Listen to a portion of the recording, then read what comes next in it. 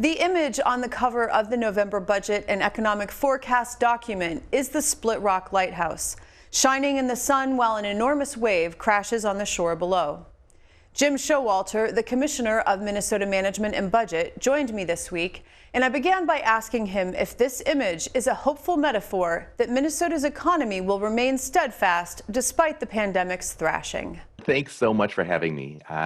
It's really a delight to talk with you, and I love the imagery and what you're pulling out of what I just think is a beautiful picture of Minnesota.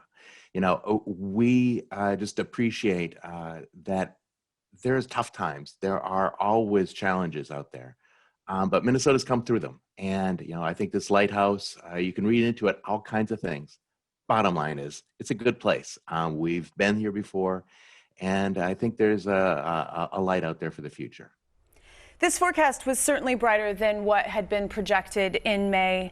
What had been an over $2 billion shortfall for the current biennium is now just $641 million surplus. The projected deficit for the next biennium also dropped considerably and is now less than the budget reserve. Why such starkly different numbers in less than 6 months? We have been going through an unprecedented, unpredictable year. I don't think any of us could have anticipated that 2020 would look and feel like it has. And that's true for economists. It's true for state tax collections or budget people looking at state spending. You know, when the state took a look in April and May at what was going to still be happening in the rest of this biennium, it was in the midst of a free fall of the economy. And our reaction to that was uncertain. What we have found out in the 6 months is that people are continuing to spend money, that our sales tax revenues didn't go down, they actually went up. And that, you know, typically in a recession, we spend more money. In fact, we spent less, simply because of the nature of this pandemic and the really unique impact it's had on all of us Minnesotans. How ideally should that $2+ billion budget reserve fund be used? Does it make sense to use some of that money to plug some of the potential deficit in the next biennium in whole or in part? What's your view on the best use of that rainy day fund? Well, I think, I have some opinions and I'll share them, but I think the first thing I just want to, communicate is, thank goodness we have it.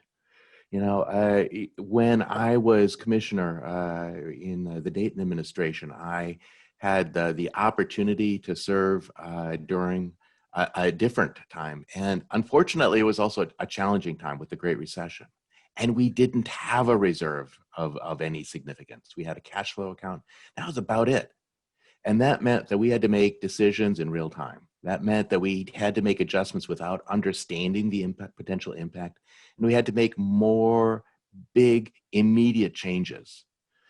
I think Minnesota is just so lucky that over the last number of years, we've grown the reserve, that legislators and governors and MMB commissioners, we've all pulled together in the same direction to give people time so that we all have some time and ability to adjust, whether that means we're going to spend some of it for immediate relief for COVID-19 and pandemic and small business relief, or whether it means that we're going to save a little bit of it and use it to help even out the deficit in the next biennium, or hopefully keep some of it so we continue to have choices. Because the bottom line is, what it does is gives Minnesota a unique ability to not make rash decisions and help its people as effectively as possible and learn so that we do the right things. A lot of other states just aren't in that position right now, and I think we're all happy and lucky for it. Well, speaking of uniqueness, you have a unique perspective because you were commissioner following the Great Recession, as you just said, and now you are commissioner as we are in the midst of a global pandemic. Can you just compare and contrast those experiences a little bit? What's the same? What's different? Yeah, it is. There are some similarities. Certainly, there's just a stress level in state government, in the legislature, in the public at large, because we're all uncertain, unclear about, how our personal circumstances are going to be, how our organizations are going to fare in the future, how our society is going to react to all the challenges and unknowns.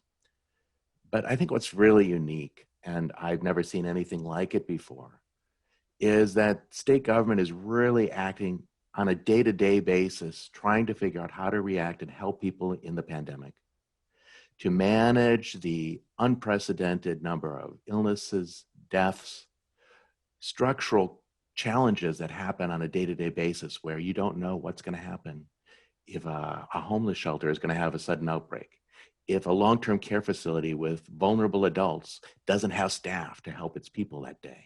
There are crazy, difficult challenges every day, and we're managing that, even as we're trying to assess what our financial trade-offs are and look long-term. That's a very different and extremely challenging situation for Minnesota state government, and I think state governments and governments across the world. In this week's press conference, you emphasized that this forecast does not take into account an anticipated $4.2 billion inflationary impact. Why was it important to you to make this point? When we release a forecast, it is human nature to fixate on a number. Like, what is the number? It's easier for us to remember. It's easier for me to remember. But it also then tends to limit our understanding of what's coming up. And, honestly, with so many uncertainties still ahead, whether the Supreme Court will modify the Affordable Care Act, whether Congress will pass some state release and economic stimulus, whether the path of the pandemic will change materially from what we currently experience, or whether vaccines will be available in large enough numbers so that this spring and summer we can get back to something closer to normal. These are huge questions. So I really think it's important for us to understand we're going to continually making choices, that we still have challenges ahead, and that while the challenge of the budget numbers are considerably more favorable than they were before, there's still choices, there's still challenges, and we're going to keep on having to make decisions on an ongoing basis, not just wait around till January, not just wait around till May or June, but we're still going to be managing actively those questions and adjusting along the way. And that was a lot of what you had to say. I mean, there was, I believe, a collective sigh of relief with these numbers, but you've also gone on to say that it's a volatile time with difficult decisions ahead.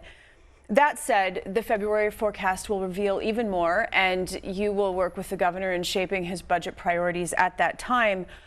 But what, at this point, do you think Minnesotans should be prepared for? Will there be a need for some belt tightening or perhaps revenue raising or both? What are you saying to people right now?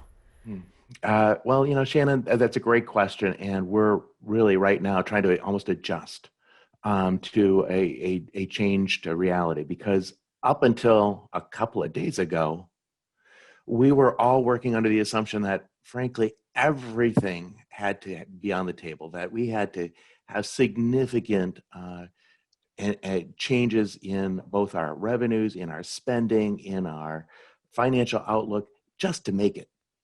And now we have some opportunity for choices. And I think that's why the legislature is looking right now at a special session, because we have choices about how much we want to do, can do right now to help, and whether that makes long-term sense. So, we will undoubtedly have some changes on every front, because the state budget is just too big to just do one thing. There's too many questions. There's too many special questions about how we're going to approach this policy area, this financial challenge.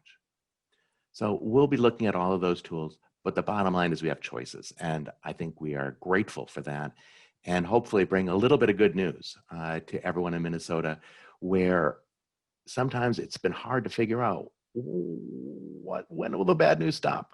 Well, fortunately, in early December, at least a bit of that bad news did stop. Commissioner Jim Schowalter, thank you so much for your time. Thank you so much.